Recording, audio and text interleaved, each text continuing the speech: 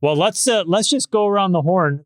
Who voted for Trump? Let's all raise their hands for those who voted for Trump. Ready? 1, 2, 3, go. I voted twice. Me too. For me, it was so easy. How many swing states did you vote in? I voted in 4 swing states. They sent multiple ballots to my house. I filled in all of them. Nick, cut this shit out. Okay, let's start. Let your winners ride.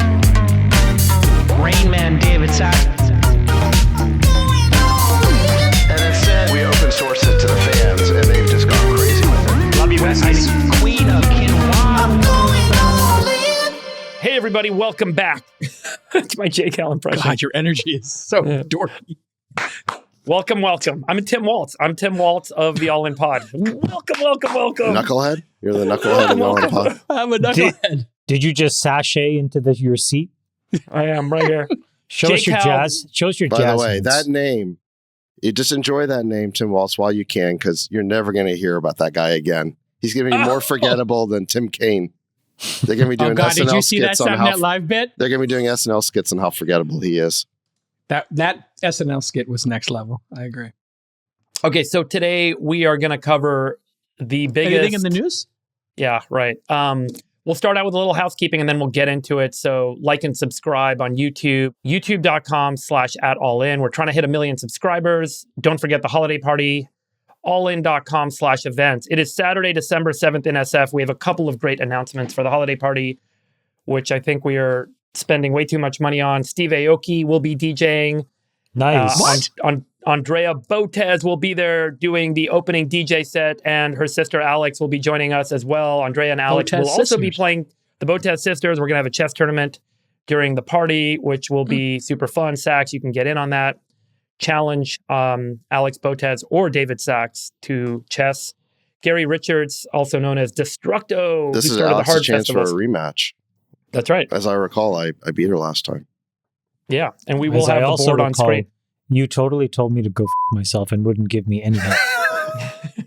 I also blundered my queen and still won on time, which I will always hold dear in my heart. But she needed more time. If we had given her more time, that was a really tough situation. Yeah, she would have crushed all of us. 4v1, tough. Yeah, but it's going to be a great show. Other guests to be announced in the future. VIP is almost sold out, and we're doing like a special dinner after the live show, and then the party's going to be awesome.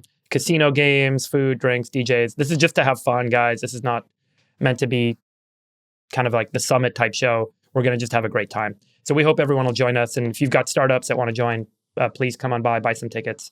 And how much is this costing us? You said $1 million. $1 million bucks? So, yeah, so the odds are we're going to lose money on this. The idea was to see if we could... How many tickets are we selling? Not enough, apparently. Not enough, yeah. What's the total attendance size? Sachs, Max. You just won the White House. I think you're fine, Anyone can do this math. How big is the theater? And what are we charging for the tickets? Well, it's not a theater. So there's the tickets are like $500, I think. I love you being the moderator and taking all the arrows. This is great. It's not a theater. I think never moderating again. Well, it's the PFA. Remember where they used to have the Exploratorium, that building where they built for the World's Fair or whatever? So it's in there and it's all empty. So we're kind of taking that. We're building a stage inside. We're going to build all the set and everything. Yeah, it should be fun. Okay, so I won't be there, first of all, it sounds great. Yeah, if you could take some pictures, Sachs would love to see what it looked like. Unless it's Mar-a-Lago, Sachs will not show up. I want to just congratulate. It's like, we're spending $1 million. I won't be there. Next. Yeah. Okay, sorry. Keep going. I want to congratulate someone really special, without whom Trump would likely not have been elected president. So your bravery, your ingenuity, your creativity.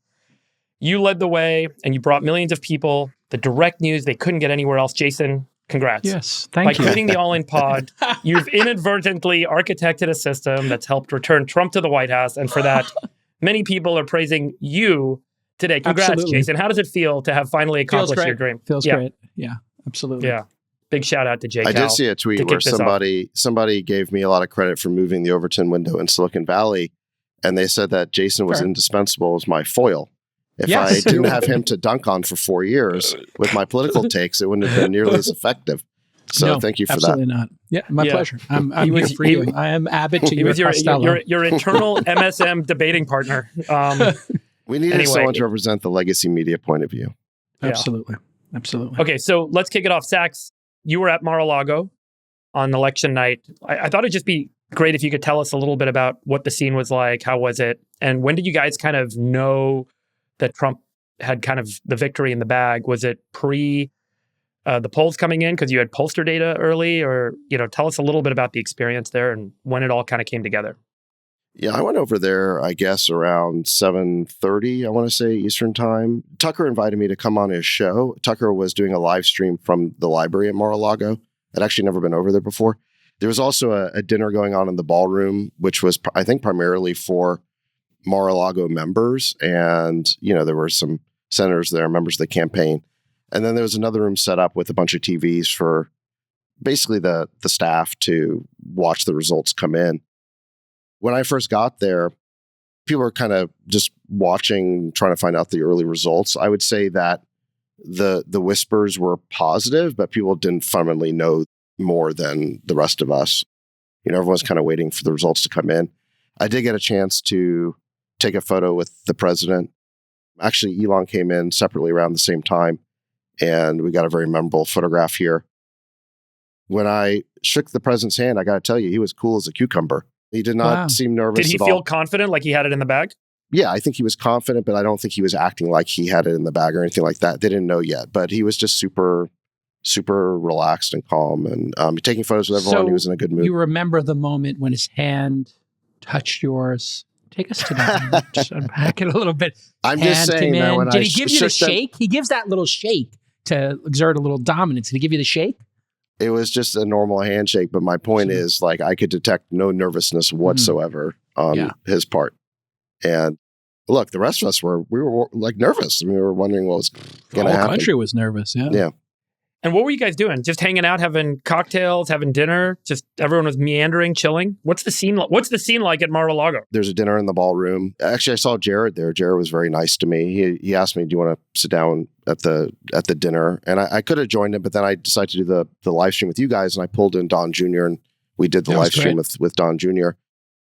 Like I said, are you officially a Mar-a-Lago member, by the way, for 500 large? Oh my Lord, is that true? 500,000? Well, that's what Don Jr. told us. But look, there's a process to get in. I mean, I don't live in Palm Beach. I think it's the Palm Beach community is members of Mar-a-Lago. Yeah. So I think that there were, it wasn't a huge group of people at Mar-a-Lago, and really all the supporters were convened at the convention center in Palm Beach. There were thousands of people there. I think originally they had talked about doing a election night party at Mar-a-Lago, but it just got too big, so they moved it to the convention center. So I don't know, whatever it was that I dropped off the live stream with you guys, I then moved to the convention center, got back on with Newt, and then we were kind of waiting at the convention center. We were all feeling good, increasingly so throughout the night. I would say that when Pennsylvania finally got called, then I think everyone knew that it was in the bag at that point. And it was just a matter of time before the election got called for Trump. And then, at some point they kind of herded us downstairs into that large ballroom where Trump gave his victory speech with the rest of the campaign staff. So the final tally, it looks like, is going to be 312 electoral college votes for President Donald Trump versus Kamala Harris's 226. Just for context, in 2016, Trump won with 304 electoral votes and Biden won in 2020 with 306. So it's a pretty sweeping victory. He won all the supposed swing states this year. Fairly resoundingly. There's no real super close calls. There's some close calls, but pretty resounding victory. Chamath, what happened?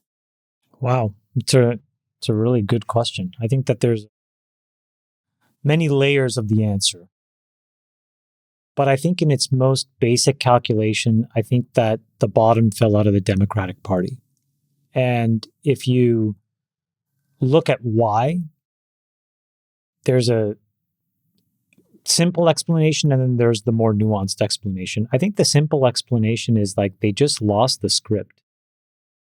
I think that there was so many people that just got really tired of being spoken at and labeled. Misogynist, racist, fascist, transphobe, whatever it was. And there was just these litany of these judgmental labels that would come out instead of engaging on the topics at hand.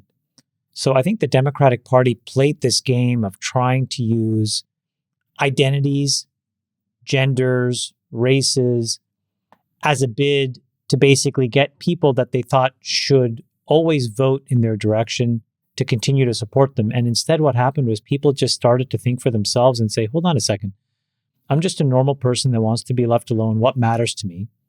And I think what Donald Trump spoke to was a desire for folks to have economic prosperity, a safe neighborhood, a predictable educational curriculum where these kids could go to school, not be indoctrinated and come out the other side and just know some useful skills so that they could get a good job and do better than they did. And all these basic truths ended up on the ballot. And so it was a bunch of perception versus just a bunch of hard realities. And I think Trump stayed focused and ultimately made sure that people understood that that's what he was focused on. And I think the Democrats just went to this place of demagoguery and labels. And I think it was just a resounding defeat. And David, I just want you to just to put a pin on how resounding it is. In California and New York, which I would say are the two most prolific bastions of elitist liberal thinking, Democrats won those states in some of the narrowest margins they've ever seen. I think in 2020, they won California by 29 points. It was barely half is what they won by this year. In New York, it shrunk to a 12-point margin. So what is this telling you? It's telling you that the Democrats really need to retool and get back to first principles. It was a cataclysmic dismissal of wokeism, of cancel culture, of judgmentalism. It was a ringing endorsement of a meritocracy, of just plain, simple common sense, of talking with people and to people, being able to tolerate disagreements, remaining friends. All of those things were on the ballot. And it was just an absolute resounding victory for just normalcy. That's what I think we saw. We saw a return to normalcy. Jason, do you think that message got across more clearly in this election than ever before, as some have claimed, because of the power of alternative media for reaching the audience, rather than having everything pushed through reporters in traditional legacy media? In this case, many of the candidates, particularly on the Republican side, went direct to the audience through long-form podcasts like ours, but also Joe Rogan and Lex and many others. And did that move the needle for a lot of people in a way that won this? Or was it the policies and the difference alone? Yeah, well, clearly being on podcasts was a major part of Trump's strategy that people are starting to report on right now. And, in media, you go where the audience is. And I think the Democrats just didn't get that. Now, stepping back, I think the number one problem here is the candidate that the Democrats put up. And probably the close number two is inflation. And, the economy, as, we all know, it's the economy, stupid. If you were paying $2 for a cheeseburger at McDonald's and now it's $4, that's what people are going to remember. And the inflation that occurred over this last 4 years was huge. And people cited that over and over and over again. So there's probably three buckets you could put this conversation into. There's the candidate. Kamala Harris was a terrible candidate. She was put in at the last minute and she was anointed and she didn't go through a proper primary. I think that's probably number one in this entire thing. It was a terrible candidate. You're saying number one is the candidate. I think number one's the candidate. Number two, I think, because remember, Trump was incredibly unpopular as well. And all credit to Trump for winning and running an incredible campaign. I mean, just they crushed it on podcasts with J.D. Vance, turned out to be spectacular on podcasts and really delivered the message. And, and then number two is obviously inflation in the economy. And then I think number three is the bucket that Chamath started with, which is the country really, really does not like being told that they're racist or sexist, et cetera, cancel culture. And you put those three things together. One of the things that's coming out right now is some of the ads. And we'll play an ad here. I wanted you guys to see this. I think this ad sums up exactly how bad Kamala was. And we'll combine this ad with just some of the statistics that have come out of how many people have gone right. This is Charlemagne the God from The Breakfast Club, for those who don't know, in a Donald Trump ad. For taxpayer-funded sex changes for prisoners. Surgery. For prisoners. For prisoners. Every transgender inmate in the prison system would have access. Hell no, I don't want my taxpayer dollars going to that. Kamala supports transgender sex changes in jail with our money. Kamala even supports letting biological men compete against our girls in their sports. Kamala is for they, them. President Trump is for you. I'm Donald J. Trump, and I approve this message. And so how does Kamala come back from this with black voters, with male voters, with people who are tired of having this agenda shoved down their throat? Obviously, it's going to be incredibly difficult. Plus, she was in charge of the border, claims she wasn't. Plus, she was in charge of, and Biden were in charge of the economy when inflation spiked. Terrible candidate combined with a bad track record, combined with a flawless campaign from Trump. I think easy victory. And, if we pull up this FT chart, Nick, that I sent you ahead of time, and I tweeted this, Americans love winners and innovation, and they hate socialism and this woke nonsense. And if you look at how Trump's support increased, look at this, Chamath.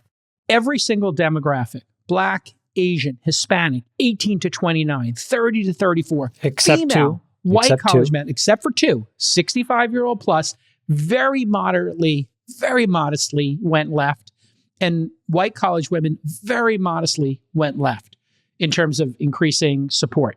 But otherwise, a hard shift right, including in some categories. Right.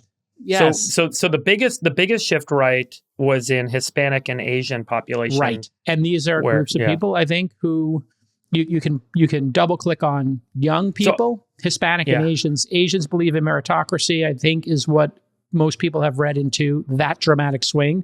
And Hispanics are more traditional family values, and that's probably what pushed that so far right. But I wanted to just get your take on that chart, Chamath, in relation to your handicapping of the election, and then how much Kamala and how much the inflation played into it. I think that there are three ways to kind of identify, and tell me if you guys think these are the wrong vectors. There's either the policies, the candidate, and the methods of the campaign. Yeah, all of it. It's all three. Right. That's how I kind of break down what happened in this election cycle.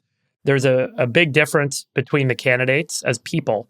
Some people cannot see past the fact that Kamala did not get any primary votes. Some people cannot see past the behavior of Donald Trump on Twitter and when he talks to people and how he has talked to people and perceived to be a bully and the felony conviction. And some people cannot get past other factors of those two candidates. And then some people can get past it. I've been saying this since I'm blue in the face, but I'll try it again. I think that the mainstream media has been working hand in hand with the Democratic Party to propagate and move forward an agenda that tried to vilify Donald Trump. I did not know that when I initially encountered him in 2015 as a candidate. But what you're supposed to do as an adult is once you start to see a pattern of behavior, this is for the safety, security of your family. This is about how you think about economically taking care of your family. Like, you have to re-underwrite decisions from first principles. You must be prepared to change your mind when you see important information. And I have said this till I'm blue in the face, but I'll say it again. If I think of all of the people in the political infrastructure of America that I have met and spent time with, from Bill Clinton on, I remember sitting and having dinner with Barack Obama the day of Brexit and getting a note that he read, and he said, "Oh my gosh," and says, "Wow, the UK just pulled out." I was sitting across from him that dinner. I've been with all of these people. The Democrats only come to me to ask me for money. The only politician that has ever called me just to have a conversation, just to say thank you and be kind, the only one has been Donald Trump. Isn't that incredible? Of all of the people, every other person has only ever called and asked me for money. So what does that mean? I think what it means is that there has been a concerted effort to perturb the way that you interpret who he is.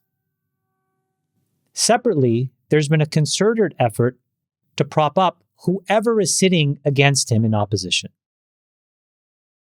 And I think this is an opportunity to finally acknowledge that if you trust these traditional legacy sources of helping you to get to a decision, you're going to get tricked. There's that old saying, fool me once, shame on you. But fool me twice, shame on me. Because I am now allowing this to happen. And I think that for a lot of Americans, that is what happened.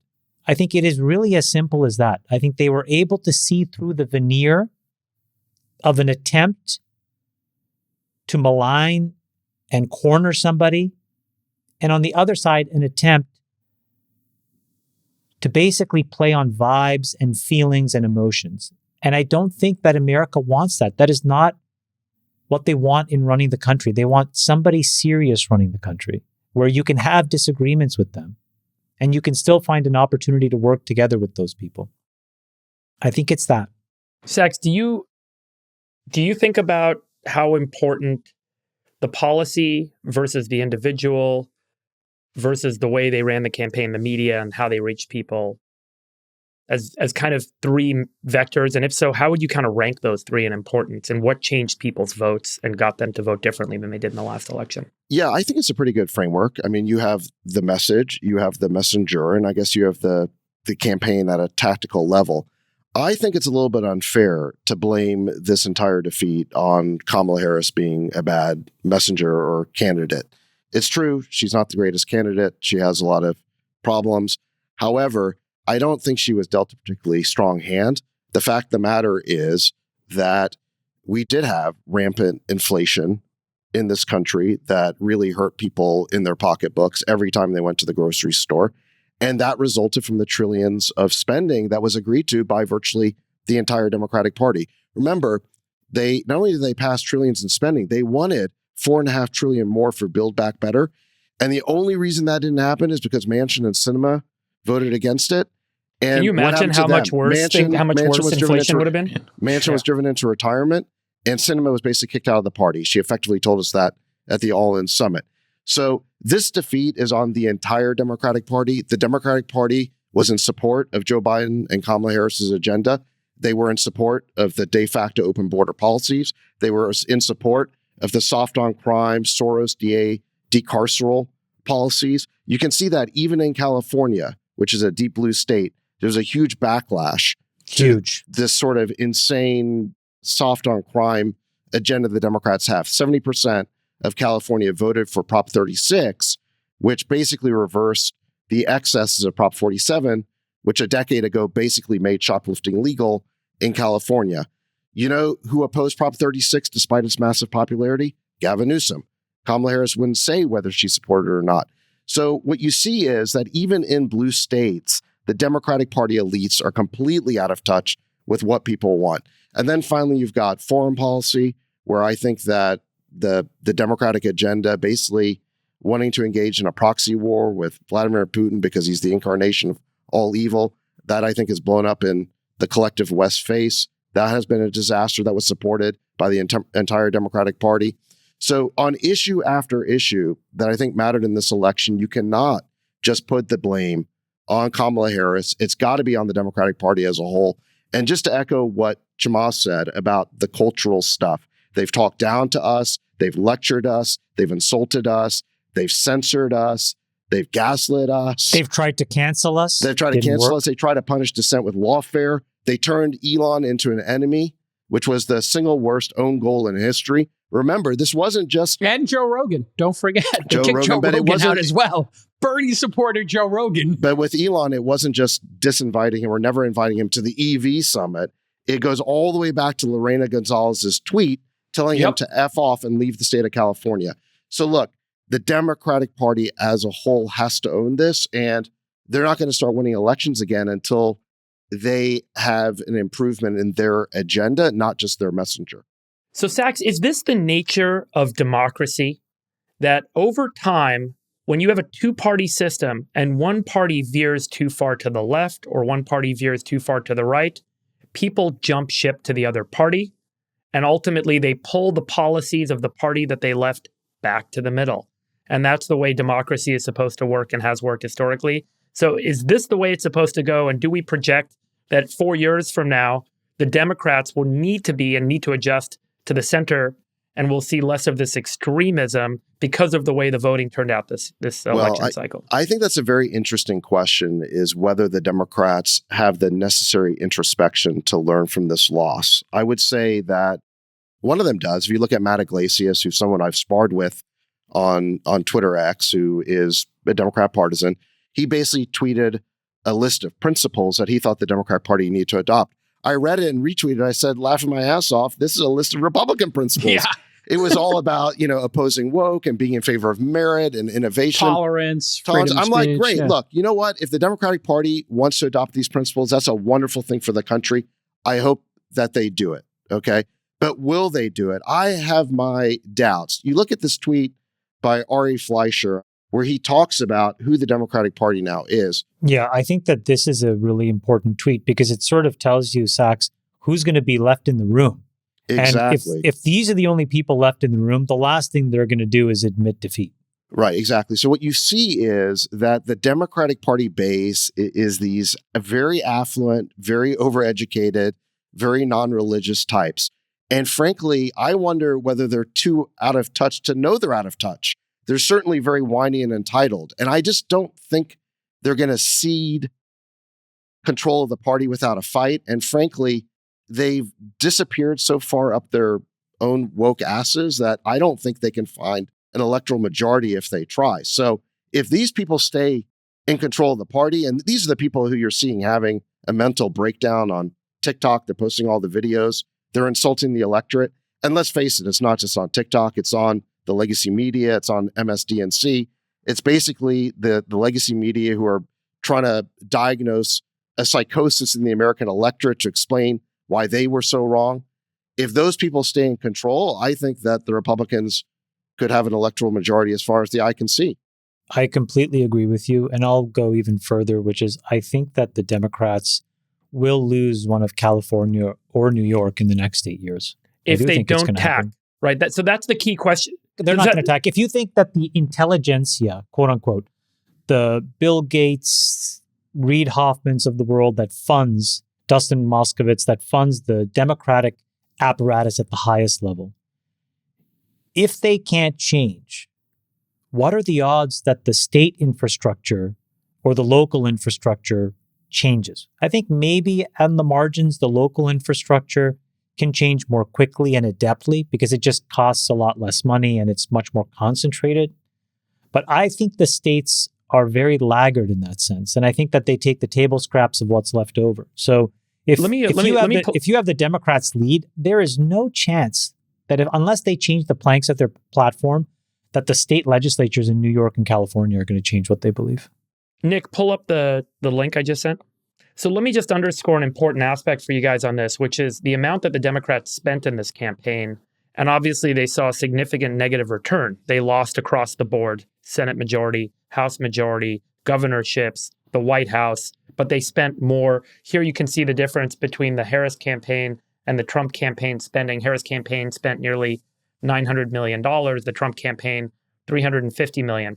If you look at the super PACs, the super PACs spent $1.4 billion on the Dem side, roughly $450 million on the Republican side.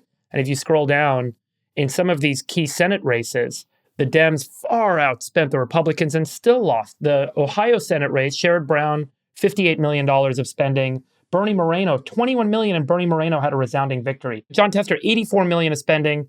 Tim Sheehy, $22 million. Tim Sheehy won the election. So across the board, the spending was greater. The return was negative. Because money cannot overcome common sense. So my question again is, does this not necessitate attack to the center for the Democrats? They want to see the party survive. And if they're going to continue to lose like this, they will not continue to maintain the same policy agenda that got them into this position in the first place. J. Cal, do you think that the Democratic Party will need to attack to the center and that they're going to start to adjust because of this? They started that process. They knew that going into this election, and they started moving to the center. It was laughable in some cases because you have like Kamala talking about providing sex changes for prisoners. And, all of those receipts came out. So even as she started to try to get to the center, people didn't buy it. So of course they're going to. But what's very interesting about spend there and the genius of Trump is earned media. What's earned media? When you are trying to get hits in media, you would put them into two buckets, paid and earned. What you just showed was paid. Paid is considered what you do if you can't earn media. All In Podcast is an example of earned media. We do this every week. We earned our audience. We didn't pay anybody for this audience. And I think that was, what Trump did, and JD importantly, someone that comes on the show earns that correct. Media. And so that's the piece of this that I think is so important. You don't have to pay to go on Joe Rogan. But the candidate that the Democrats put out there was so bad that she could not even, and I think Sachs is, master at setting people up here. The Democrats put up a horrible, horrible candidate. And I know Sachs is saying, it's not Kamala's fault. Kamala could not go on Joe Rogan because they knew that it would be so embarrassing and that she would get so embarrassed that it would lose her votes. His doom loop, observation from, 8 weeks ago you had that, Sachs, was exactly correct. The more she spoke, the more she started going down. She was leading Trump at one point on Polymarket in some of these places. And she absolutely proved that she could not communicate well. And so, and I just want to circle back to the point about inflation. Here's the McDonald's price increases that I was mentioning before. End of 2019, you could buy a McChicken for $1.29. And in mid-2024, it was $3.89. The majority of Americans wind up going to Taco Bell, McDonald's every week. Some cases, multiple times a week. You cannot discount exactly how profound this cost of eating food and buying groceries had on this election. It is the number one issue, I think, this election. We can talk in our bubble about it, but this was about inflation. This is what I mean by a return to normalcy. These are normal people problems. How much does it cost to put food on the table? Exactly. How much does it cost to drive from point A to point B? I want to send my kid to a school where they go and they learn the ABCs and the 1, 2, 3s because they're going to have to 100%. graduate and compete with India and China. I don't want to worry about indoctrination and all this other stuff. Absolutely. Yeah. So look, I did predict the doom loop for Kamala Harris 2 months ago because she is just not good at interviews or being off the cuff or being unscripted. Not good is generous. Yeah, Saxtradamus was right about that. Absolutely. However, and I would say the biggest problem in her campaign is that she would neither defend the Biden-Harris record nor say what she would do differently. The question you have to ask is why? And I think it's because she was in a really tough position that her own party put her in, which is they said, you can't criticize Joe Biden because he's the sitting president. But at the same time, you can't defend him either because he's so unpopular. Well, what made him unpopular? Democratic Party policies. They should have, frankly, looking back, they should have just let Joe Biden defend his own record. The old man must have been in the White House, gnashing his teeth, saying, please put me in the game. Let me defend my own record. He at least believed in it. The Democrats wouldn't defend their own record because it was so bad. You have to put some blame for that, not just on Kamala, but on the entire party. That's my only point. Sachs, it's so obvious that the technique they used to defeat Trump in 2020 after those chaotic 4 years was, hey, do you want normalcy? And then what technique is that? 15 million votes? What's that? I didn't hear the joke. I said, what tactic was that? 15 million extra votes. Oh, please don't start with the conspiracy theories. Well, and no, so, explain we're really going to say that math this has to be a conspiracy theory now? Well, I mean, every other conspiracy theory has been right. Who's the chart from? What's the provenance of the chart? Just so you know, the y-axis starts at 50 million. So don't be, like a little too crazy. Like they mailed out. Hold on, before we go down this rabbit yeah. hole, let me just finish my point. Then you guys can go to Conspiracy Corner and say the election was stolen. The point I'm making here is, obviously, Biden ran a very successful campaign against Trump based on vibes and based on his creating chaos in the country and most people's mind in this return to normalcy. So that did work for them previously. It just didn't work this time because they had to defend their record on the border. They needed to defend their record on the economy. And Sachs is exactly right. They didn't touch that. And how do you not talk about their own record? And their record had some good bright spots to it. Record low unemployment, record high stock market, and we tamed inflation. And they could have had a really great discussion about inflation and just said, hey, listen, both of the last 2 terms, there was a lot of spending. And so inflation manifested during the last 4 years.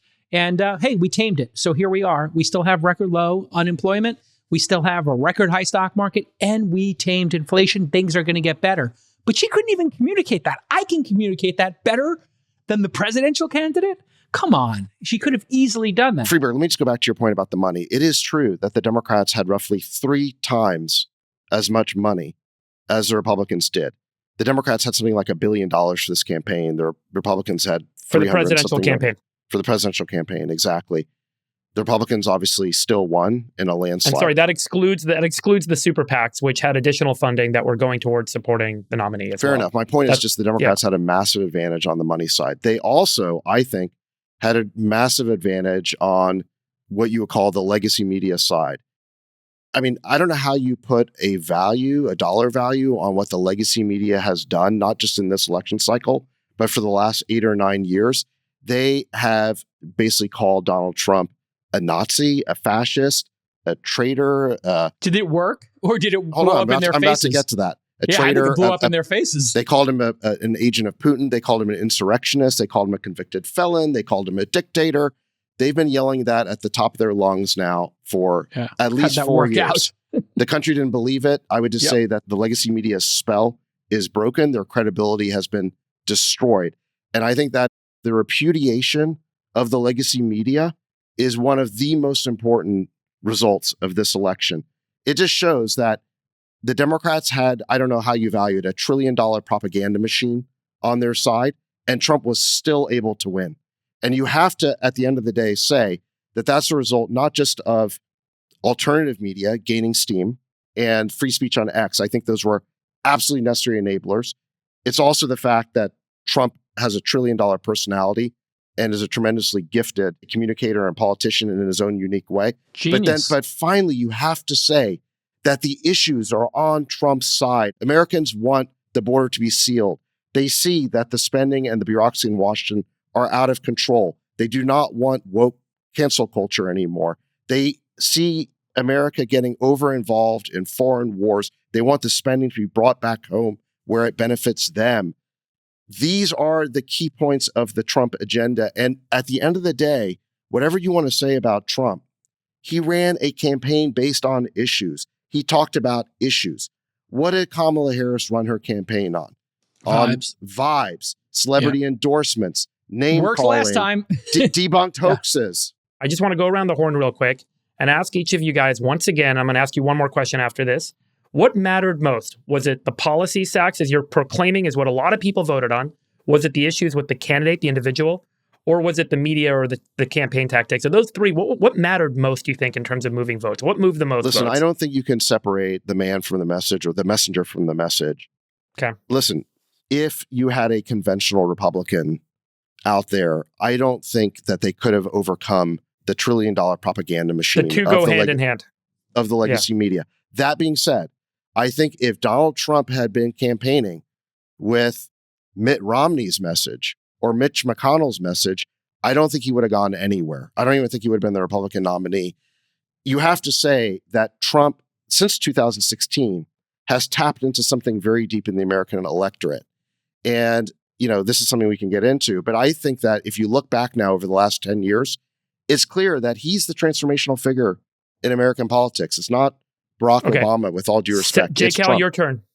The policies, the individual, or the campaign tactics? It's very clearly this had to do, primarily with Kamala. It is the candidate and how she was selected. Yeah, I mean, obviously, if you had same track record... It's interesting for you to say that as a Dem, right? Because I think that may have chased a lot of people. I'm a moderate. I'm not a Dem, by the way.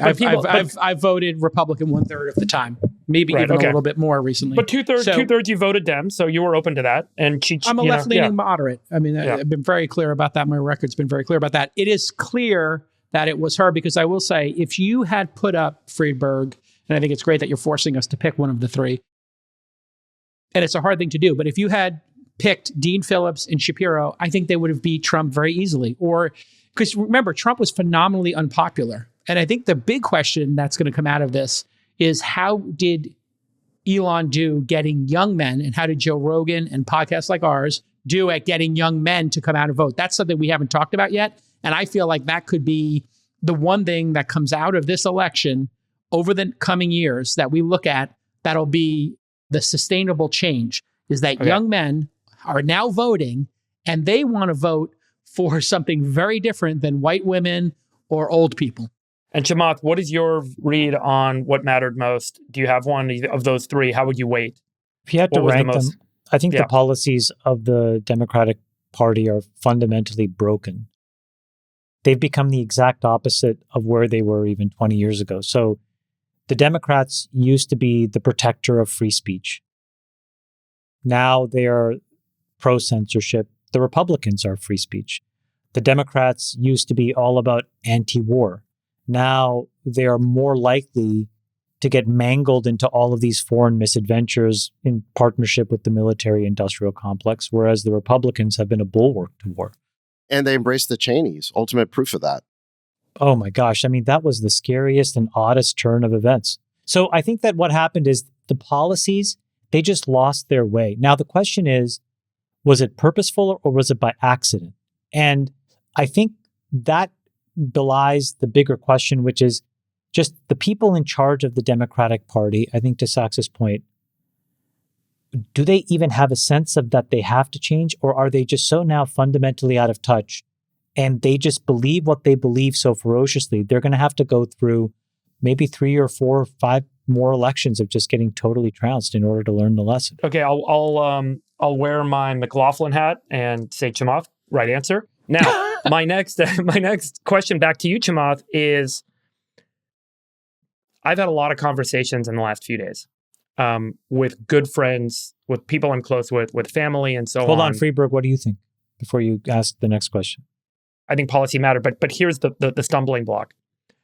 If you talk to anyone that did not vote did not vote for Trump and voted for Kamala Harris, that is, kind of reasonable people, or what, I don't want to kind of classify people, but people that you would normally have decent long form conversations with, and you start talking about specific policy issues with them, the conversation keeps coming back to Trump the person. In my experience, people can't see past a person who is a, quote, convicted felon, as they claim, who is taking away women's rights, who is a bully, who is mean. A lot of this is influenced by his past behavior and things he said and the way he's said things and done things on Twitter. We can proclaim that there was a lot of misrepresentation about Trump in the legacy media, but there were a lot of tweets that Trump put out that were off-putting to a lot of people.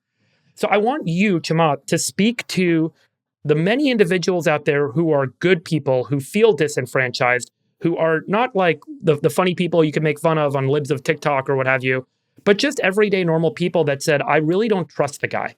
I really don't believe that this is a good person. And I think that the policies make more sense. I agree with a lot of the policy issues, but frankly, the guy doesn't seem like the right guy for me. How do you kind of break through? Is that possible? And can you speak to that person to help them kind of see past the individual to the policies and have trust and faith that this individual can actually shepherd this nation forward? There are so many very powerful examples of how the media colluded with the Democratic Party to fundamentally lie about things that actually happened when it relates to Donald Trump. One of the most simple and powerful was the lie about Charlottesville. When I processed Charlottesville, I'm probably one of those people, David, that you talk about. I was just so scared and angry, and I took at face value what the media said that Donald Trump said. And then I was really angry at Donald Trump until I saw the footage and saw that it was just a complete lie. And that is just an incredible shirking of responsibility that the media has undertaken. The deviousness, the dishonesty, it's really bad. And that's where I said, I have to stop. as a grown-up, rational man, as the head of my family, I need to re-underwrite where I'm coming from. Well, head of my family with Nat, when she lets me be. But anyways, He's kind of the head of my family. I can feel her. You can be the head of the household, but you got to listen to me. I can feel that one line is going to come back to haunt me. Keep that line in, Nick. I am the head of my family. Okay. Anyways, guys, stop. You can be the head of the family. Let's get back up. Okay, go back.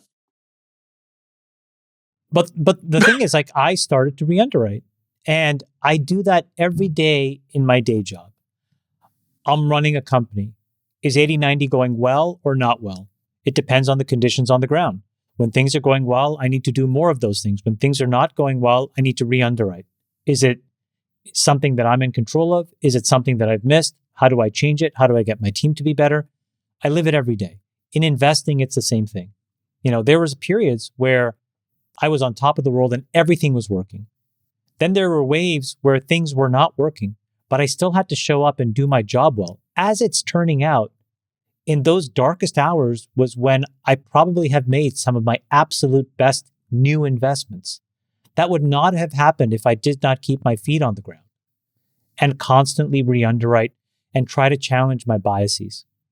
There are so many examples that have happened to Trump that when you actually unpack them, there was a concerted effort to lie. And that is why it's important for folks to be able to suspend that judgment. The second thing I would say is then you saw 4 years of the man in office. And if you actually separate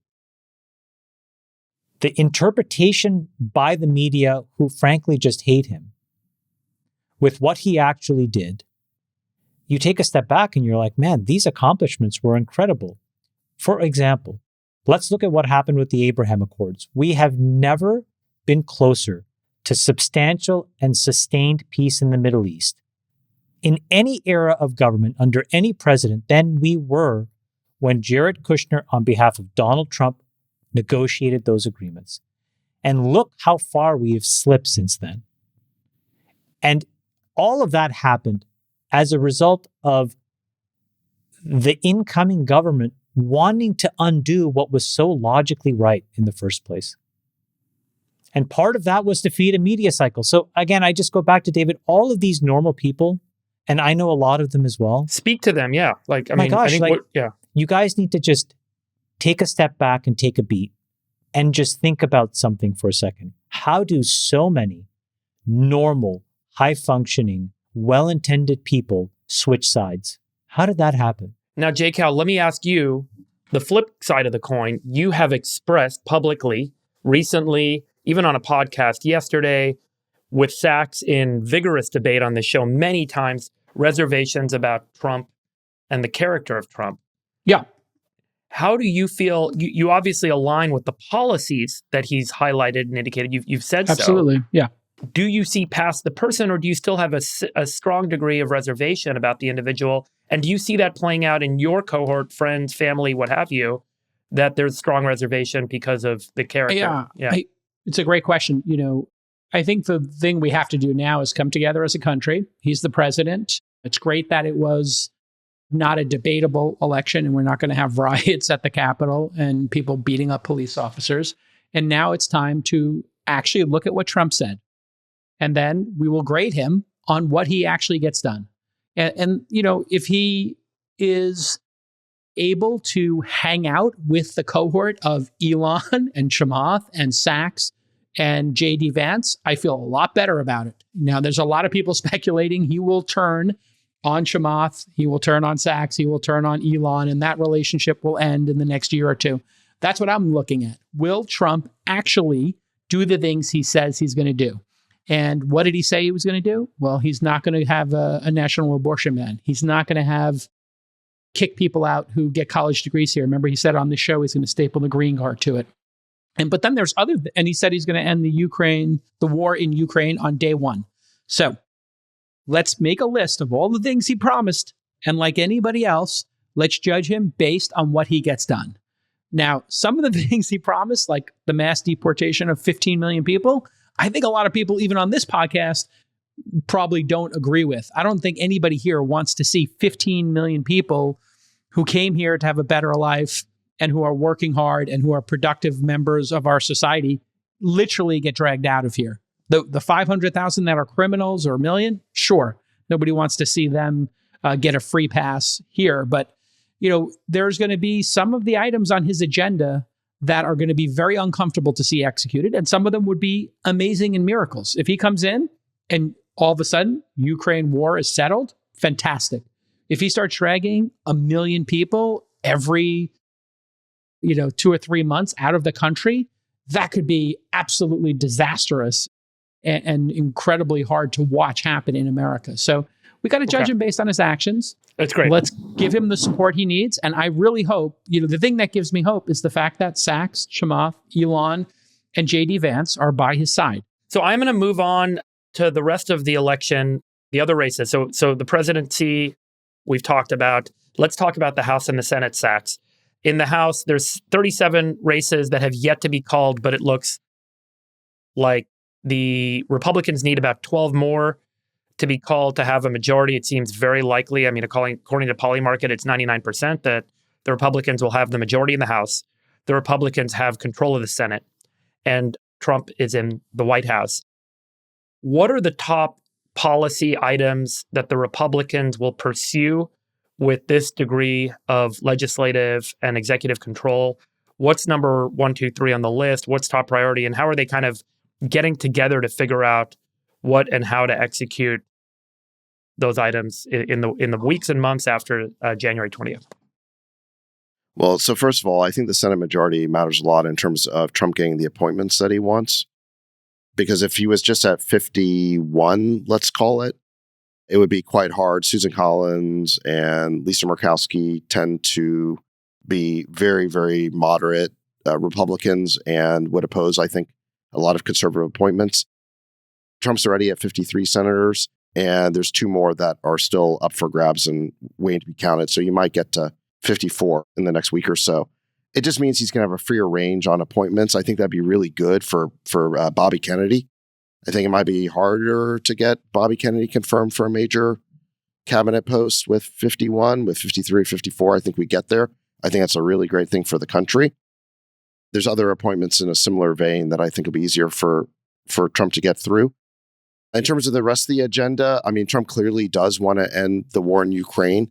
Is he going to be able to do it on day one? No. I mean, I don't think that's realistic because, frankly, the Ukrainians are not willing to make the concessions yet. They're not in a place where they're willing to make a deal. I still think that what Trump was saying during the campaign, if you look at it as expression of his motivations and where his sentiments are coming from, they were good sentiments. But if he can't solve it on day one because the Ukrainians don't want to make a deal, I can't really fault him for that. But I think he'll try. I think that on DOGE, there's clearly a strong desire of many in the Republican Party and Elon and the people that Elon brought with him for major government reform. Much more efficiency, much less spending. I think that we have to get as much of that passed as possible in certainly the first year. There's a necessity for legislative action to get all the cuts in federal spending that they're looking to cut. Is that right, Sachs? So if Elon's objective is cut $2 trillion, there might be some things you can just do through executive orders, and they should do as much as they can. But I think you do need some congressional action as well. This is an area where it's just going to be really hard because spending is a bipartisan problem, and it's going to be really hard to jam through the type of deep reform that we really should have at the federal level. But I think that now there's a shot because Trump does have majorities in the House and Senate that he can at least get something through. So at least we have a shot at getting something done there. Are we going to get $2 trillion in cuts like Elon wants? I would love that. I doubt you're going to be able to pass that through Congress. But do you start with that number and then work your way down to a number that you can get both parties to support? Maybe that's possible. Hopefully, I would have started with 3 then. Both down to 2. But I mean, that's just my tactic. But whatever. But I think reforming the bureaucracy is just such a huge theme coming out of this election, and we just have to figure out how to get that done. Got the mandate. We have the mandate. That's Trump's mandate. And the federal government is such a large, sprawling. It is the largest organization on earth, except for maybe the CCP.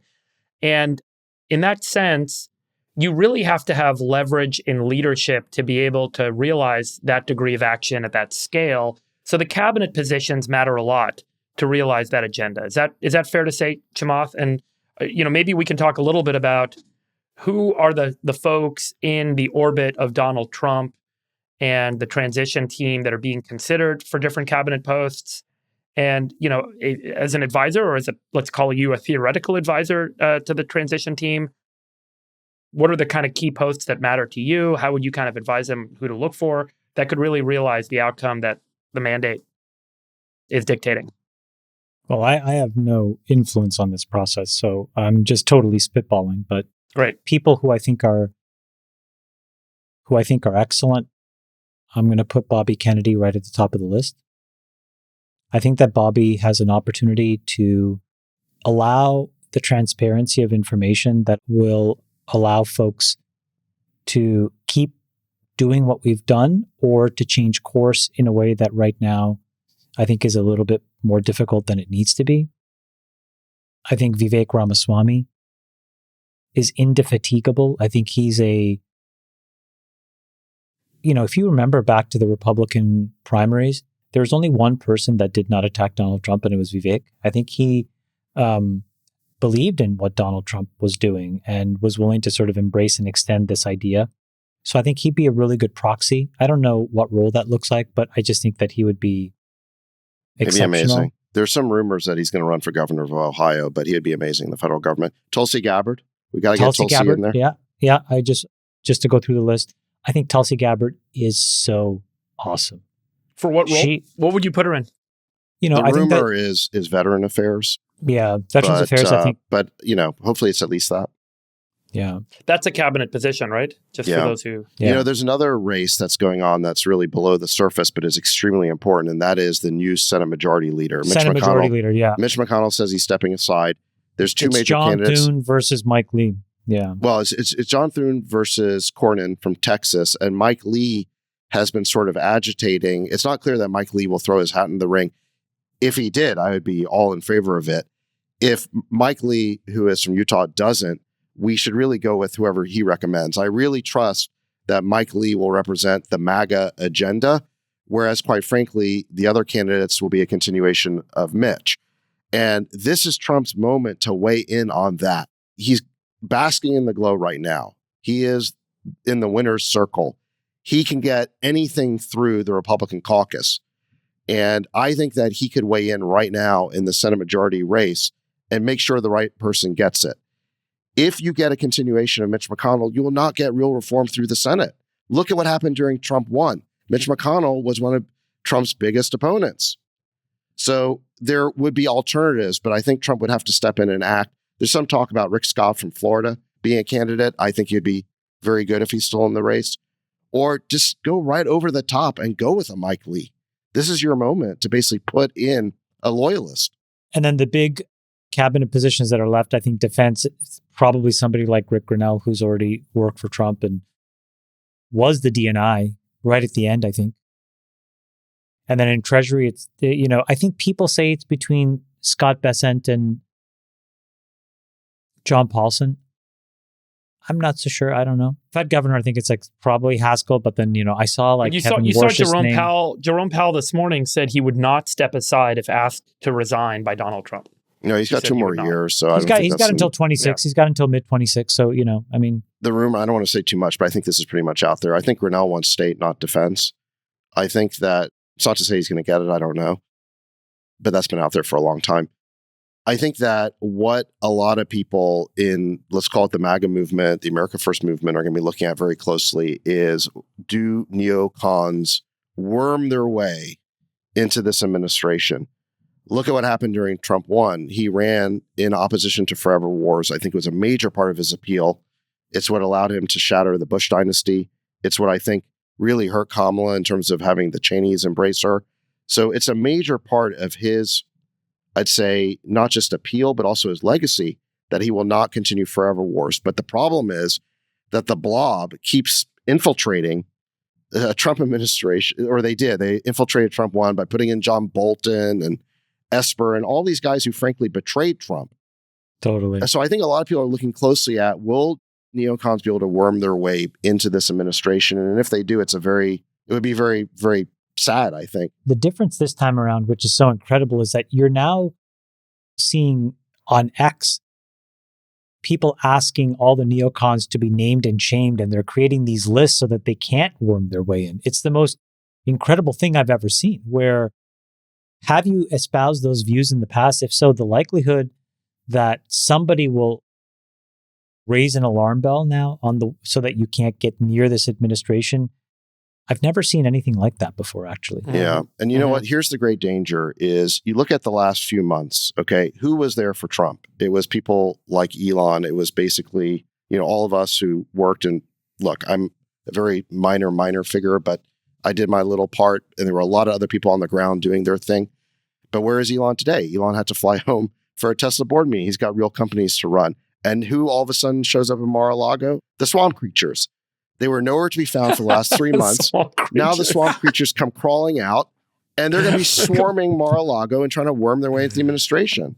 Yeah. And that's the issue is we got to keep, this is where I hope that all the MAGA influencers stay frosty and stay involved. We have to consolidate this victory and get reform type people in the administration, not just the usual type people from Washington. Would you serve if asked? No, I've already said before, I'm the key man at Kraft. I can't do that. But, look, I would do something part-time, meaning if it wasn't a full-time job, if I didn't have to leave my current job, if it was just serving on some advisory committee or something that was compatible with my current job, I would do that. That's a no-brainer. Yeah. I would love to. What about you, Chima? Absolutely. If not full-time because I'm running a company, but if there was the opportunity to help, basically, just put me on the Doge committee, Sachs, if you wouldn't mind. I just want to go like line item by line item in one afternoon, and I'm out of there. Like I'm just going to go in. Elon did say this today, but he said the A team are running companies. We're all running companies, but if asked to serve, especially in a part-time capacity where you don't have to divest everything you own and you can actually just go and call bullshit and actually just make sure good decisions get made, it would be an honor to serve in that capacity. Yeah. I think everybody should have given a chance. I want to say one thing just to build on Sachs. And then I want to ask you one more question, Chamath. Go ahead. I do want to give a shout out to Elon. And in one very specific way.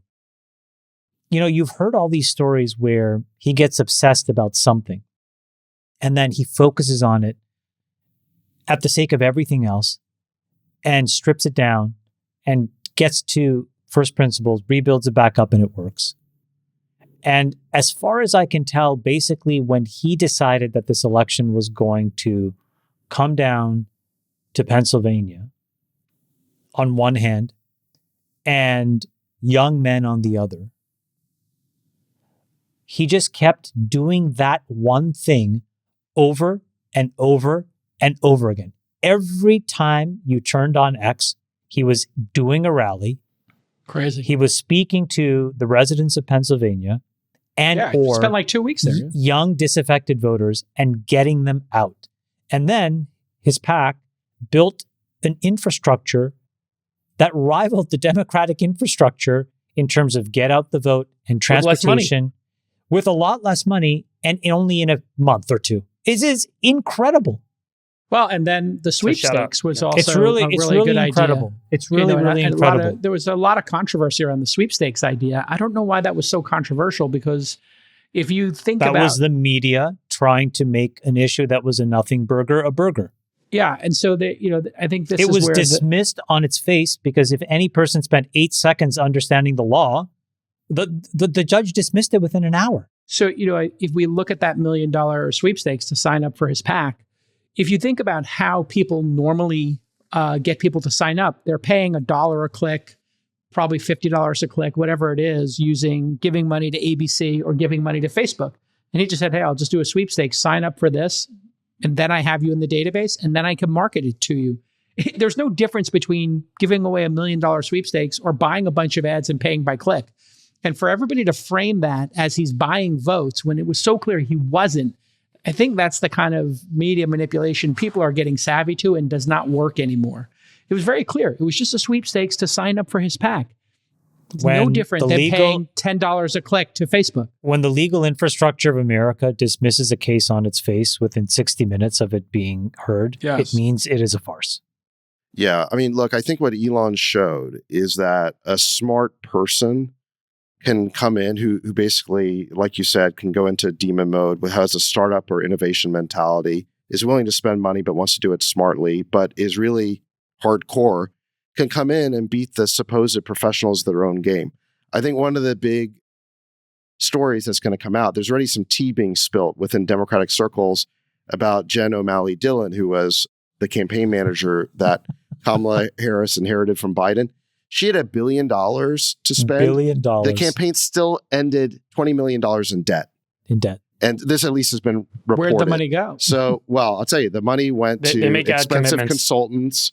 They did overly elaborate staged events. They did these like fake concerts, celebrity cameos. Supposedly they paid Beyonce $10 million and they didn't even get a song out of it. And that ended up, pissing people off. She got paid? They were paying celebrities to I don't know if that's true. I just read it in a tweet, so I can't say for sure, but that's what I read. Yeah. But who knows? It sounds suspect, but the point is they spent a lot of money on the consultants and, the events. And Elon went after the Amish, That's like a lot smarter. The person on the Democratic side where I feel the most disappointment after all of this is Barack Obama. I think he, in the period when he was elected, to me was just transcendent. And I thought that this is a person that really was immune to getting assimilated into the Borg. And I don't know why I thought that, but I did think that. And I was just so saddened to see the tone and the rhetoric from Barack Obama during this last home stretch. It, I think, was reputationally very damaging to him. And what I did think he say that offended you? It was less about it didn't offend me. It was just observing. Or disappointed you. When the rhetoric was, trying to propagate these lies, the very fine people hoax, all of these things, I just thought he's so much smarter than the this. abortion ban. The abortion ban. He knows that these things are not true. Why is he saying objective lies? I don't really judge politicians for doing it in general, but I never considered him a politician. I sort of considered him here, just like this echelon above. And I was really disappointed that he chose to go down that path. Yeah, well, I could definitely add to that. I mean, look, I think Obama's whole mystique was that he transcended politics and he tried to maintain that position of being above the fray and let the grubby business of politics be beneath him. And even during the whole coup against Biden, I mean, they say that Obama signed off. He was basically in favor of the switcheroo to Harris, but he was the last person to endorse it, right? He did not want to be seen as doing the dirty work that was left to Nancy Pelosi. But there's no question that the switcheroo, I think, was backed by Obama. And then he did everything he could to prop up Harris, including using the very fine people hoax, telling these lies. And I agree, Chamath. I think that he has diminished himself. He's brought himself now down to the level of politics. Down to the level of an average politician. Right. I think probably you're disappointed because you had such a high benchmark for him. But we were just talking about Trump saying he would end the war on day one. He said that he's going to deport 15 million people. And, all these politicians lie. So I think my closing statement on all of this is y'all were a key part in putting Trump in, obviously. And if he starts behaving in the way he behaved during his first term, the darker things he did, I hope that y'all will call him on it and publicly call him on it, and that he will steer towards, his better angels. And that's my hope for America and my hope for all of you who helped put him in office and played a very significant role in getting him here. When he does something crazy, if he does try to drag 15 million people out of the country, is that okay with you, Sachs? Well, you said that he would start with 1 million people, 500,000 to 1 million who are clear criminals. He should do that. Well, that's what J.D. Vance said, and we all agree on that. JD said that the way you What about the other 14? He said that the way that you do deportations is the same way you eat an elephant. You do it one bite at a time. You eat a sandwich. So the way you eat an elephant is you do it one bite at a time. Let's start with the biggest criminals, the biggest people who shouldn't be here, and then let's see what happens after that. And look, if he went after the other 14 million, what would you be in support of that? We haven't gotten there yet. The point is you take the first bite of the sandwich, then you talk about the second bite. But There was a line from the 2016 election about Trump that I think was attributed to Peter Thiel, which is very important, which is that Trump should be taken seriously, but not literally. Sometimes when he expresses a policy or a point of view, he sells it. So when he says, I'm going to end the Ukraine war on day one, does that mean he's literally going to do it on day one? No. What it means is he's going to try really hard to end the Ukraine war. If he does it on day 365 of his presidency instead of day one, I'm not going to come out and say he lied and didn't do what he said. No, I'm going to say he got the job done. He did what he said he was going to do. So I think it's very important to judge him in that way. When he says, I'm going to deport 15 million people, do I expect him to do all 15 million? Not necessarily. But if he closes the border, builds the wall, seals it so it's no longer a problem, and deports 500,000 to 1 million hardcore criminals out of this country, I'm going to say that was a massive success. And you know what's going to happen? The legacy media is going to say, well, he lied because he didn't deport the other 14.2 million. Come on. No, I'm actually just concerned he does try to understand the difference between campaigning and governing. I agree with all that. And I do think if he does try to do the 14 million, that's the thing I have concerns about. Got it. Okay, Friedberg, over to you. So let's talk about the cabinet positions. Chamath, a guy like RFK Jr. has never held an executive position before. You and others on this panel, Sachs, J. Cal, and myself, we've all kind of managed large groups of people. We've all been in positions of being a CEO of a business. You talk a lot about bringing in the outsiders, and the Trump campaign talks a lot about bringing in these outsiders. Sachs begrudgingly highlights the swamp creatures emerging to ask for those slots in those positions because they are lifelong politicians and bureaucrats. How do we have trust and faith, or do you think that that's the whole point, is that you have folks that don't have the experience to run these organizations, that don't have the insights on who actually works there, on how they operate, and them coming in is going to provide enough of a fresh perspective and things up enough that that's exactly the point. And talk a little bit about bringing in outsiders, but outsiders that can be effective in transforming these government agencies, not just blowing them up. Or is the goal to blow them up? No, again, I would just temper and tone down that rhetoric. Nobody's blowing up anything. But I think step one is going to be a level of transparency so that doing the obvious becomes obvious. And I think that if you look back over 40 or 50 years, what has happened is that secretaries and political appointments have gone from get the best person in the job because they know it to here's political payola, if you will. And I think the pendulum has swung to too far of an extreme.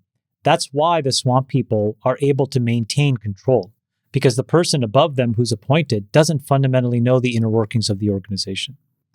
I suspect what you're going to see is a radical push to transparency. And I think that when you combine transparency, and Sachs called for this, a version of the Twitter files for the government, I do think you're going to see that. But if you combine that push to transparency with a handful of topics, by the way, we introduced a long time ago this idea of zero-based budgeting into the lexicon and language of these political candidates that they used all the way through to the finish line. I do believe the Republicans earnestly mean it. And so I think when you put these two things together, Friedberg, I think what you will have is all of this laid bare. And then I think it'll start a debate on what to do. And I think the decisions about what to do will be so blindingly obvious. The low-hanging fruit will save this country once we pluck it. Can I just say a word about, I think it's so important for Bobby Kennedy to be confirmed in whatever cabinet position that he's going to get. Number one, we look back at the campaign now and it seems obvious that Trump was going to win it. But at the time that Bobby Kennedy came on board, that was a major factor in shifting momentum towards Trump. So that's number one. Number two, we need to keep Bobby Kennedy's coalition as part of our movement. It's not just about what he did in this last election. It's keeping all of those people, those young people and those former Democrats on side and part of the Republican Party and the MAGA movement. And number three, he's genuinely going to reform that huge part of the bureaucracy. And that's extremely important. And we need outsiders to come in and shake things up. He's right about the regulatory capture. He's right about the marriage of state power and corporate greed. Let's have someone go in there who's got fresh eyes, but also understands how the bureaucracy works because he's litigated, and shake things up. If you look at what Bobby posted to Instagram, Nick, I don't know if you can find it, but it was pretty telling on this dimension of the first inning is going to be about absolute radical transparency and sharing with the American people everything that's been under the covers. By the way, it's not just on that dimension, right? We're going to see the Epstein files. We're going to see the Diddy lists. We're going to see the JFK file. I know that these things are sort of fringe conspiracy theory type things for some people. But the point is, from pillar to post, that first phase of this radical truth-seeking transparency is an incredible disinfectant that you can build from. And he told the FDA, I think, something to the effect of, pack your bags and keep your records. Now, let's take the hyperbolic part of it out, but it's the keep your records part that should be valuable because we deserve to have answers. Now, when you think at the same time that you have inventions like AI that can crunch every single piece of data under the sun and tell you the absolute truth, imagine when you put transparency and the government sharing incredible amounts of information with the compute power that the Googles and the Facebooks and the OpenAIs of the world are creating. You'll know these answers to all of these questions. Vaccines, are they good or bad? When? How? Fluoride, is it good or bad? When? How? All of these drugs that have been approved, why? All of these drugs that have not been approved, why? You're going to start to see some really interesting things. Has there been research on the impacts of food on physiology? Were they suppressed? Were they not suppressed? So I think phase one is get it all out into the open. Totally. And what I said, just what Chamath referred to is, I said we should do a Twitter files for the whole federal government. Just what I meant by that is, remember before Elon bought Twitter, they told us for years that the idea that Twitter was shadow banning conservatives and engaging in censorship was a conspiracy theory. Then Elon opened up the Twitter files and we saw that it was all true. And moreover, that the government was engaged in censorship. They have been working hand in glove with the Trust and Safety Department. The FBI had logins. They could just go in themselves. I mean, it was crazy. And the FBI had their own tool called Teleport, which would allow them to transmit secret instructions to the Trust and Safety team at Twitter, and they were censoring based on those instructions. Crazy. That's completely unacceptable. Twitter management lied about it. The government lied about it. We only found out through the Twitter files. Let's do a Twitter files for the federal government. What do you think we're going to find out? What do you think we would find out about COVID? What do you think really happened there? If Bobby Kennedy can do that, the lies they told us, incompleteness of the actual clinical validation studies, the authorizations and the waivers that were secured, how good or how brittle or how fragile was that data? By the way, I think what it'll also do, Freeberg, is if it looks like this data is actually of extreme high quality, you know what that does? It reestablishes trust in that institution, which is also a win. So this whole thing is a win-win. Well, let's let's not forget the FOIA leader. They were literally being taught how to route around Fauci's team, how to route around subpoenas and people looking for information. I mean, there's a lot to uncover here. I'm 100% here for it. Yeah. So just to be clear, there's a law in the United States called the Freedom of Information Act. The FOIA is kind of a common term. And it gives the power and authority to individual citizens and third-party agencies to have a check and balance on the federal government, that they can go in, they can request actual data, actual files, and it is all necessarily available to the public at any time, except for classified information. Okay, and the federal government now overclassifies everything. We have something like 1 billion classified documents? They literally classify everything. So through the FOIA process, third-party lawyers and nonprofits have made requests to federal agencies to get access to this sort of information. And I've done it. I don't know if you guys have ever used FOIA powers for information from the federal government. I had to do FOIA requests 10 years ago to get weather data, or 15 years ago for my startup Climate. It was the only way we were able to get access to a bunch of weather data was through FOIA requests. And then we were able to use that data in our services because it is public data. The taxpayers pay for it. So we had a right to it. Similarly, you can make FOIA requests of emails and interagency communications and so on. But Sachs, I think it seems, and JCal, to your point about the FOIA lady, there may, over time, have been some degree of corruption of the FOIA process in all of these agencies, which has made it more difficult for individuals and third parties to have the appropriate checks and balances on the data in these agencies because of the way they've kind of obfuscated access, slowed down the process. Sometimes it takes months for them to respond to you, and it's become quite difficult. So the FOIA, the intention of the Freedom of Information Act may have been hindered by the bureaucracy. This will not be through FOIA. Let me make one other suggestion is we need a massive declassification effort of the federal government, maybe this is the way to actually implement the Twitter files strategy, is the problem is we have a massive overclassification problem. Billions of documents have been classified at the federal government. Why? Because those bureaucracies know that they can kind of do whatever they want and kind of work in peace without having to disclose what they're really doing if they just mark classified on a document. Someone needs to go through that and start massively declassifying. And if they do that, then there'll be a lot more documents available to FOIA requests. So that right there would be a huge help. And then, like you said, the FOIA process could be tightened up. It could be a lot faster. It could be a lot easier. And they should not be able to circumvent it by doing the kind of stuff that J. Cal referred to during COVID, where they were like deliberately misspelling words so that they wouldn't show up. Asterisks in, hacker speak in order to avoid this. And they were also told, a bunch of people who are in 3-letter agencies, just by default, put this at the highest level of security, not to be declassified. So they unnecessarily put everything in classified. And so now it's not subject to FOIA. Every email is marked at the highest level of classification, which means there's no discerning it. And if you were to blame an FBI agent, if they told you, hey, just put everything on classified so it doesn't get out, okay, that seems like a pretty good way to cover your ass.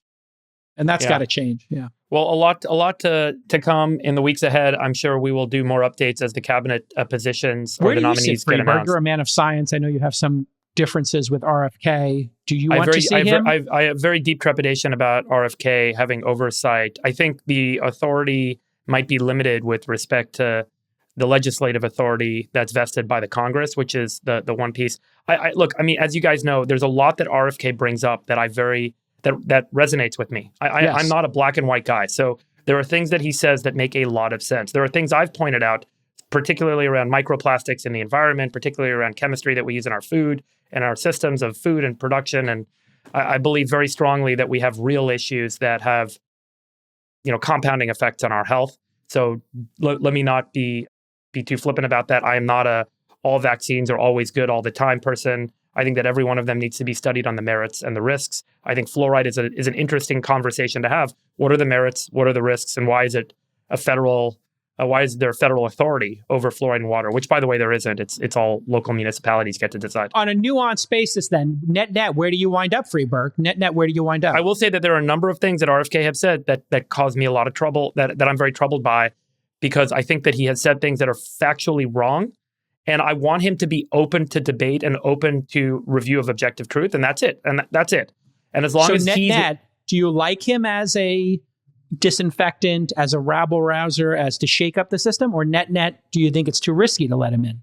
Generally, I think all these systems should be challenged, 100%. Okay, so net, you want to send him in? You say you want him to be open to debate. I personally have never seen a candidate for office who's been more open to discourse, debate, interviews than Bobby Kennedy's done. Everything he's been on this show twice. I'm not classifying him otherwise. I'm not classifying him otherwise. You know who is not open to debate and discourse and transparency is the bureaucracy.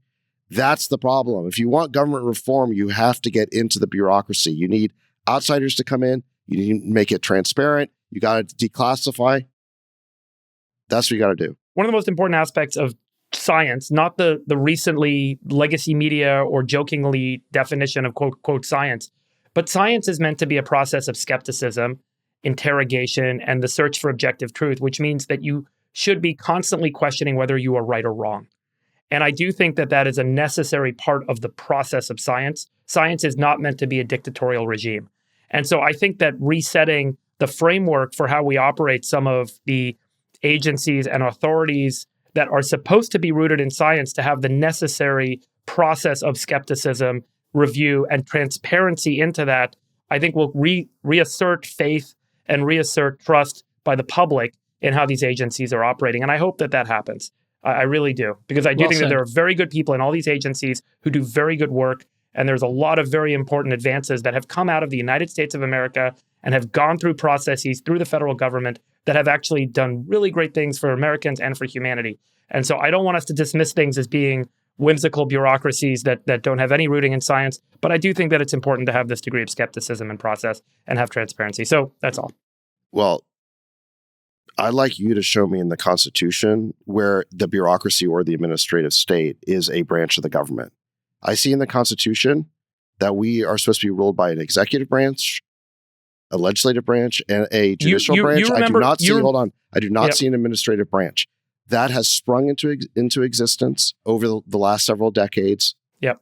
And it rules us. There's roughly 3 million people who work for the federal government. Of those, the president basically appoints 3,000, and it takes forever to get them through. Yeah. So we have roughly 3 million people who don't report to anyone. Nominally, they're supposed to report to the executive branch, but the president can't fire him. We talked about in the previous show, if Elon had gone into Twitter and he hadn't been allowed to fire anyone, do you think he could have restored free speech to Twitter? Of course not. They just would have kept doing whatever they wanted to do. And that is the big problem in the federal government right now, is we are ruled by a fourth branch of government that is not in the Constitution, that doesn't report to anybody. It is not subject to elections. We can't vote them out and we can't fire them. And they have been in the forefront of trying to stop Trump and the larger reform movement that he represents. Ever since Trump got elected in 2016, remember, it was members of the administrative state, specifically the security state, who said, don't worry, we're going to be the insurance policy against Trump. And they have done everything possible through the Russiagate hoax, through lawfare, through the whole Steele dossier hoax, to basically try and stop Trump and the reform movement that he represents. And the big question of Trump's second term will be whether he can finally subdue this bureaucracy and bring it under Democratic control, under the control of the executive branch, as the American people want, and as I think the Constitution intended. Right now, we are run by an unelected branch of government that has to stop. And what Trump represents is not dictatorship, but democracy, the triumph of democracy over this bureaucracy. And a big important moment for this movement, this return to the fundamentals of what was vested in the Constitution, is the Chevron doctrine case at the Supreme Court earlier this year. It reversed the authority for agencies to create their own rules and regulations that they can then enforce on private enterprise. And if that case carries through and is allowed to be used to support the efforts to deregulate or to de-agency, what you call kind of the bureaucracy, I think it enables a lot of the change that folks are looking for. Why should, for example, some commission be sprung out of, some assembly being created, and then that commission gets to create their own rules and their own regulations that effectively are law that prevent private citizens and enterprises from being able to operate and make decisions? And I think that was a very important moment for this movement, was the Supreme Court case on the Chevron doctrine earlier this year. I don't know if you agree with me on this, 100%. But it seems like it's going to be... I totally agree. I think that was an absolute precursor, which is, it was insane. I mean, again, you had a Supreme Court ruling that effectively made the administrative state the highest law in the land, even though there's no constitutional basis for it. So, repealing Chevron was definitely half of it. And I think the other half of it is going to be whether lawmakers have to pass laws. You can't have individual commissions pass laws. That's the whole point. We need bills passed by the Republican Congress that Trump can sign, but we also need, I think, cabinet level appointments who will start to subdue the bureaucracy, bring them under control, find out what they're doing. Just give us transparency around what they're doing. Twitter file this thing so then we can reform it. I think that we're going to look back on this era, and I think it's going to last about 20 years or so, at least, which I call a return to originalism. We are returning to the founding principles of this startup called America. And I think it's incredible. I think Sachs is right. There's this unbelievable living document that created this incredible experiment. We veered way far away from it. It's taken us a lot of courage to get back to that place where now you can actually let that guiding document govern a highly meritocratic country. So it's going to be a lot of hard work, but my gosh, it's just an incredible moment and opportunity. Everybody should just take a breath and remember that.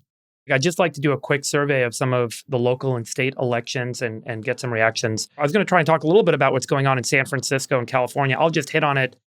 My friend Daniel Lurie it looks like he's going to be the mayor of San Francisco, beating out the incumbent mayor, London Breed.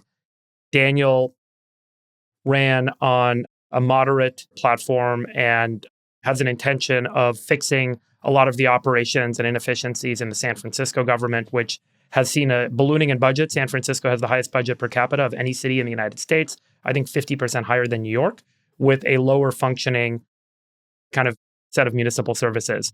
And there's a lot of opportunity for improvement there. This is the first time, really important stat, first time an outsider has been elected mayor in San Francisco since 1911. Every mayor elected since 1911 in San Francisco was an existing government employee or government civil servant. So just like what we saw in the federal elections, we are seeing an outsider being placed in mayoral office in San Francisco. Freeberg, I wished Lurie a hearty congratulations. Nick, can you show him the tweet? Your city has become a dangerous, dirty dumpster fire for bad ideas from libs. I hope you do the obvious and be on the side of cops, justice, clean streets, and meritocracy. That's your message to the incoming mayor. Yeah, I mean, he has been a major proponent. You were going to run for mayor once, J-Cal. I was lobbied, I was approached, and I was given a lot of support, 7 figures of support to go do it. It's a very hard job because the supervisors actually run the city, and a lot of the supervisors, they got booted too, no? A couple of them got booted. Dean Preston got booted. Dopey Dean and Dopey Dean. Dopey Dean. That was big. So the Board of Supervisors has also shifted moderate. Yeah. The mayor is now going to be a moderate outsider. And there's a real opportunity to rebuild and reform San Francisco. It's a place that I've called home for 25 years. It's a place where I operate my business. And it feels like a lot of the citizens of what has historically been. You don't have to. I still live there. Hold on. I still live there, and I do think that it was a big election in terms of improving things in San Francisco. So congrats to Daniel Lurie. He's a friend of mine as well. You go down to L.A., another big race. We booted Gascon, who was the Soros DA, who ruined San Francisco and then failed his way up to L.A., was ruining L.A. And Nathan Hochman, who's moderate, beat him by something like 20 points. And then, like I mentioned, we got Prop 36 passed in California by about 70%, which reversed some of the excesses of Prop 47, which was the proposition a decade ago. That was passed by then Lieutenant Governor Gavin Newsom and then Attorney General Kamala Harris to de facto legalize shoplifting. So the people of California have had enough of these policies that frankly enable crime, enable homelessness, enable drug use, and they want a correction. Look, even wokes and blue state liberals don't want their cars broken into. I mean, it's really shocking. It's really simple. And the crazy thing in Los Angeles with Gascon was a number of people who I know live there now know people in Santa Monica, in Brentwood, in Bel Air, where we lived for so many years, Sachs, have home invasions have started again. I mean, that is like a real breaking point for people. It's scary to have your home broken into by a gang. Right. And one final point on this is that while the people of California resoundingly, again, over 70% supported Prop 36, there was one prominent figure who was opposed to it, which was Gavin Newsom. He said when he saw early polling, I don't know what state I'm living in. So, look, the state we're living in, Gavin, is the one that you created. You're the one who gave us these policies. You're the one who gave us Prop 47. You're the one who gave us zero bail. You're the one who allowed the Democratic Party in California to be taken over by Soros DAs. You've never resisted these policies. Now you have a choice. You can see where the people are at. Over 70% of California wants a change. I'd say on the rest of the country, if it's 70% California, 90% of the United States must, is opposed to these soft on crime policies. And if you ever have aspirations to be anything more than governor of California, you better get on the right side of this issue. David Sachs should be the governor of California. Let's do it. I'm 100% serious. It's the 5th largest economy in the world. Let's do it. This is marked today as the day that I have decided that I am that I am going to convince David to be the governor of California. I know a great campaign manager, press secretary for him. Hype man. I will say, I'll make a point on this. I'm just going to say that David Sachs would be an incredible governor of California. I really I'm not a candidate. I'm not a candidate. I understand. Blah, Let's blah, start blah. the rumor right now. He's lying. He said it to me privately. There's no rumor. I'm just telling you right now that within 2 years, I will have convinced him to do it. It'll be the perfect time. Gavin Newsom has been terrible for the state. We have seen trillions of dollars of market cap exit the state in terms of corporations that have left. We have gone from record surpluses to record deficits. We have an education system that is failing millions of kids. What is going on here? We have taxes that are through the roof. And when you spend more and more and more to get less and less and less, and it takes more and more out of everybody's pocket, what is the answer? The answer is you have to fundamentally change everything that's happening from first principles. Well, I will say one more point about, I will call it balance in the force. When a party is captured and moves too far in one direction, people leave the party and they vote for the other party. And then in order to attract people back to the party, they tack to the center. My big prediction over the next few years is you will see a more centrist Democratic Party as they try and... I'll take the other side. And they try and attract They're too folks arrogant. back. I'll take the other side. So one more topic before we I'll wrap, see guys. Sachs in Sacramento. See Sachs in Sacramento. Not going to happen. Guys, before we wrap, there's one other topic that came up in every conversation I had with everyone about Trump that was a female, which was abortion.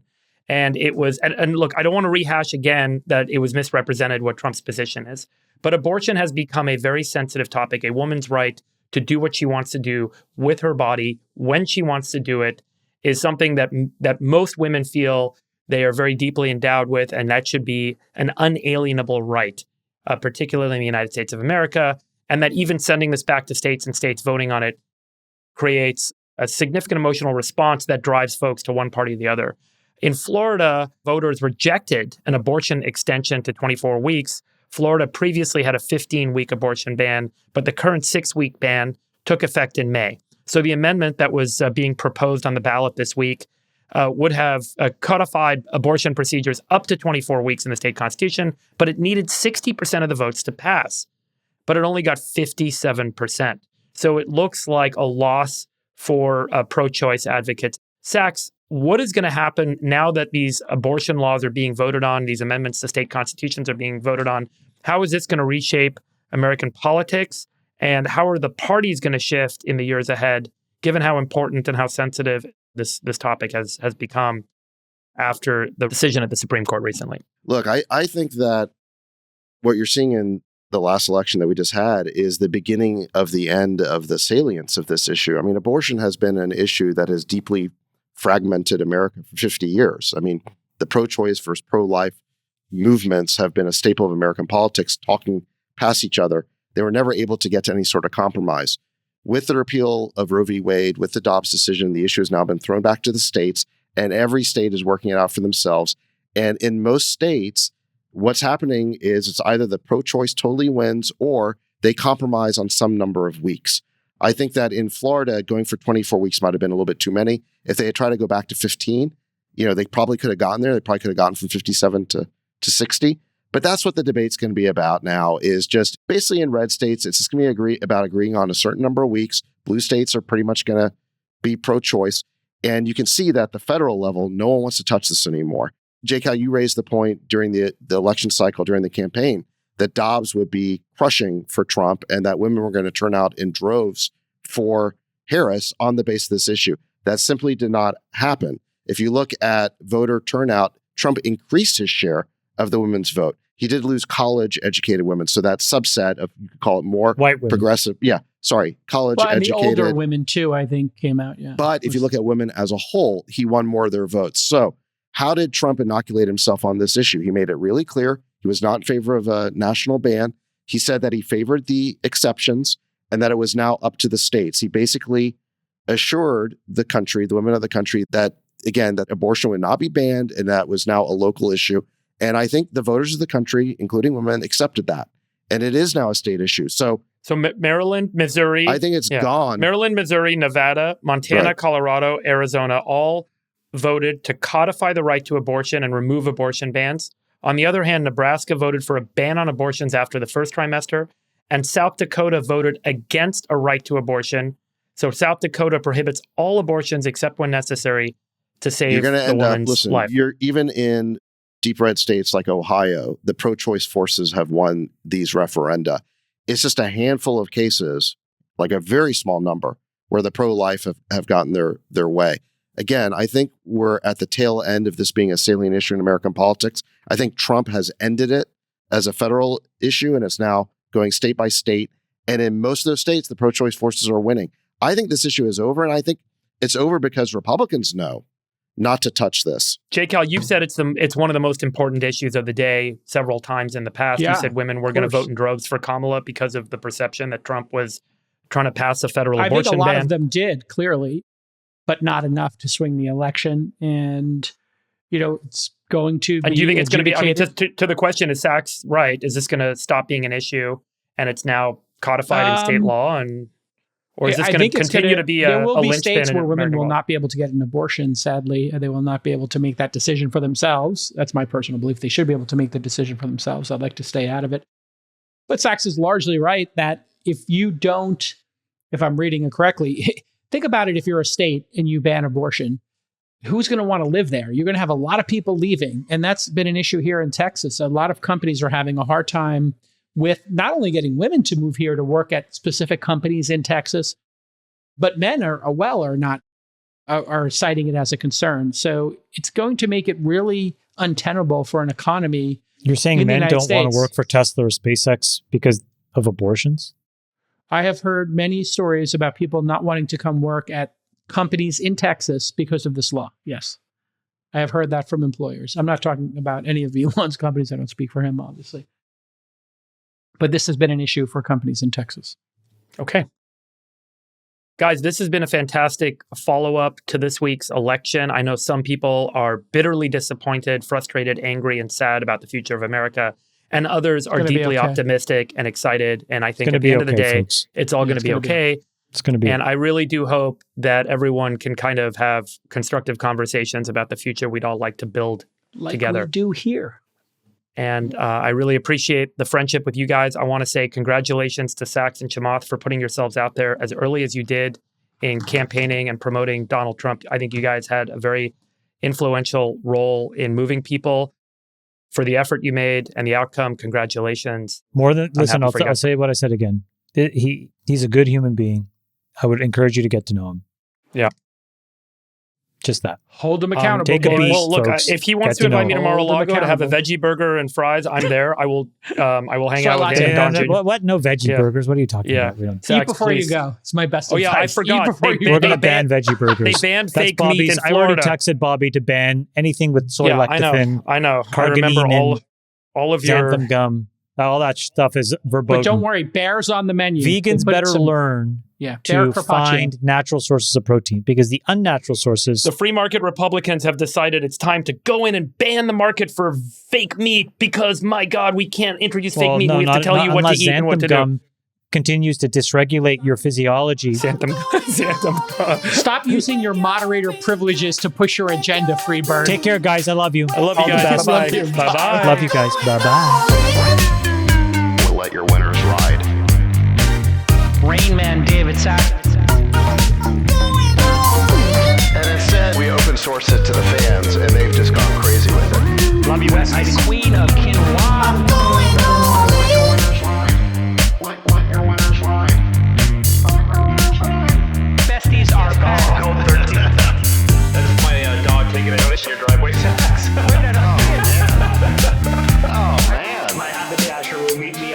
We should all just get a room and just have one big huge orgy, because they're all just useless. It's like this sexual tension that they just need to release somehow. Wet your beak. Wet your beak. Beak. That's gonna be good. We need to get merch. Besties are back.